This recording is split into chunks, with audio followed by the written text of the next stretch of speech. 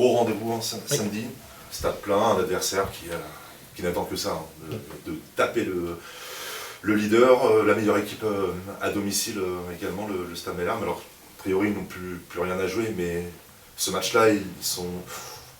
Ça se discute.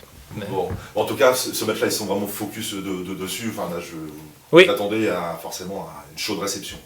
Et je pense que c'est très bien pour nous. Je pense que nous avons besoin d'un match de tension, de pression, un gros match. Et j'en suis content de pouvoir le jouer à ce moment-là de la saison. Ça va être une grosse partie avec beaucoup d'intensité. On sait, on s'y prépare. On a déjà démontré qu'on était capable de le faire et de jouer des gros matchs comme ça à l'extérieur en ayant les reins solides. Et tout ça nous donne forcément très très envie. Donc, et puis ce côté derby, rivalité sportive est bienvenu parce que ça nous permet de nous concentrer sur ça et d'essayer de remporter ce match à l'extérieur face à une équipe dont on sait qu'elle sera prête à nous recevoir. Qu'est-ce qui vous inspire cette équipe de Caen? Vous dites c'était pas même fini pour la lutte pour la montée Non, mais après on voit la position au classement et puis on regarde les points et c'est une équipe qui est encore capable d'aller chercher pas mal de choses. Elle m'inspire des qualités fortes, des choses sur lesquelles ils s'appuient régulièrement et qui, quand elles sont trouvées, font mal. Et une équipe qui est excellente à la perte de ballon. Dès qu'elle perd le ballon, il y a une grosse chasse qui s'organise. Et, nous devrons être extrêmement concentrés et être capables de jouer sur des phases en première intention pour se défaire de ça et trouver des solutions. Mais il y en a, mais ça sera un gros match et ça sera certainement dans la lignée des matchs que nous avons joués à Sochaux ou à Bordeaux. Ça sera de ce type-là. Vous n'étiez pas content après QRM. Est-ce que vous avez eu besoin de revenir plus que ça avec vos joueurs?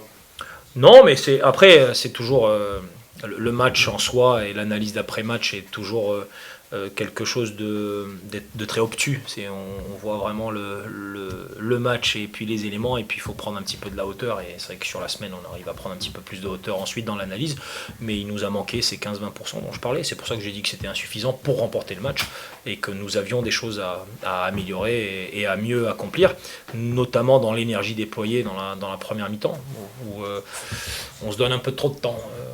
On n'est pas suffisamment pressé pour accomplir les choses. Mais derrière, on continue de travailler comme nous l'avons fait et aussi avancer sereinement et avec de la confiance parce qu'il n'y a pas de raison ni de paniquer ou de remettre des choses en cause. Est-ce qu'il faut quand même aujourd'hui avoir peut-être un discours rassurant auprès de tes joueurs?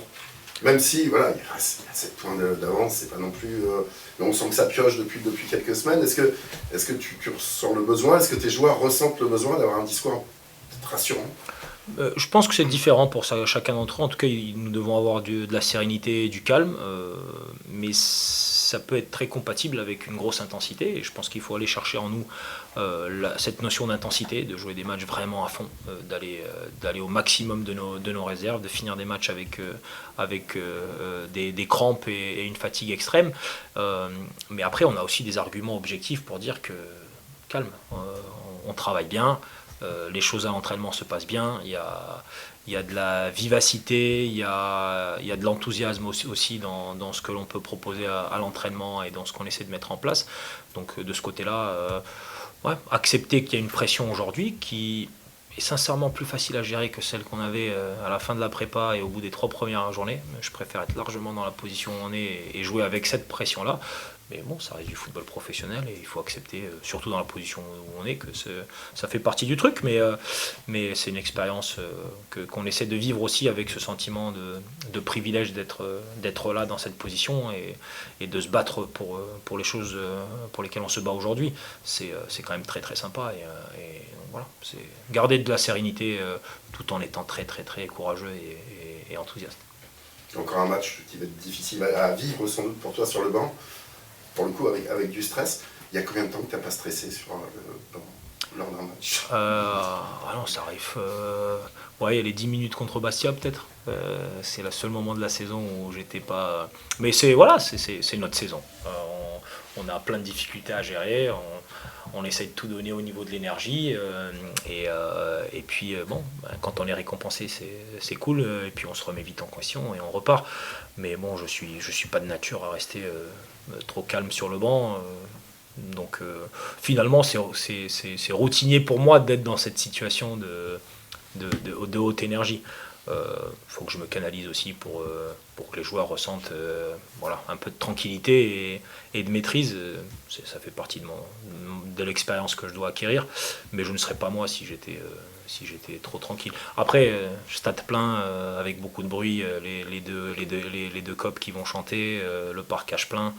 Je pense qu'ils vont pas trop me regarder, les garçons. Et peut-être pas trop vous entendre, malheureusement. Certainement pas m'entendre. Je posais la question à Christopher.